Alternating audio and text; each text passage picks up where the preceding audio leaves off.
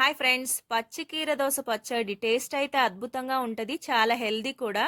ఎందుకంటే ఇది ఆయిల్‌లో ఫ్రై చేయకుండా పచ్చిగా చేసే పచ్చి కీర దోస పచ్చడి చాలా బావుంటది టేస్ట్ అయితే. నేను సగం తురిమి పెట్టుకున్నాను. సగం ముక్కలుగా కట్ చేసి పెట్టుకున్నాను.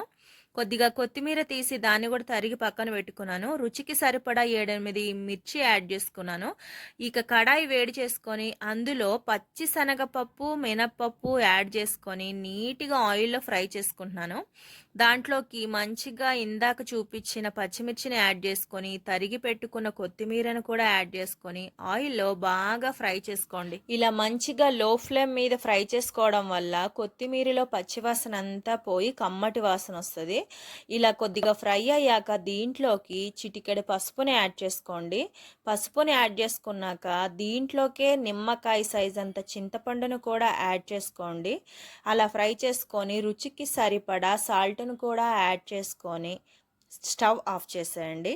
దాన్ని కొద్దిసేపు చల్లారనివ్వండి. చల్లారాక దీన్ని మిక్సీ జార్‌లో వేసుకొని కోర్స్‌గా బ్లెండ్ చేసుకోండి. మరీ పేస్ట్‌లాగా కాకుండా ఇలా చూసారు కదా! చూపిస్తున్న విధంగా బ్లెండ్ చేసుకోండి. ఎందుకంటే పలుకులు పలుకులుగా అనిపిస్తది ఆ పప్పు. చాలా టేస్టీగా అనిపిస్తది.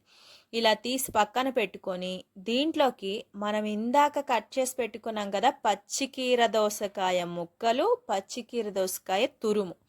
ఈ రెండిటిని ఇందులో యాడ్ చేసుకొని ఆ పేస్ట్‌లో బాగా మిక్స్ చేసుకోవాలి. నీట్‌గా మిక్స్ అయిపోయాక చూస్తే అబ్బా! ఎంత అద్భుతంగా ఉంటదంటే టేస్టు. ఆ పచ్చికీర దోసకాయ ముక్కలు నోటికి తగులుతూ, ఆ పులుపు, కారం, ఉప్పు అబ్బబ్బబ్బబ్బా! ఎంత బావుంటుందంటే చెప్పలేము రుచయితే.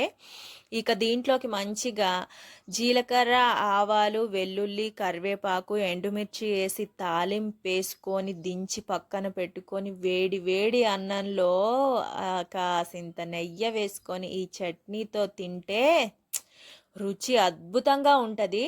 చాలా హెల్తీ అండ్ టేస్టీ కూడా. మీకు కూడా ఈ పచ్చి కీర దోస పచ్చడి నచ్చితే లైక్ చేయండి, షేర్ చేయండి, సబ్స్క్రైబ్ చేయండి. Thanks for watching.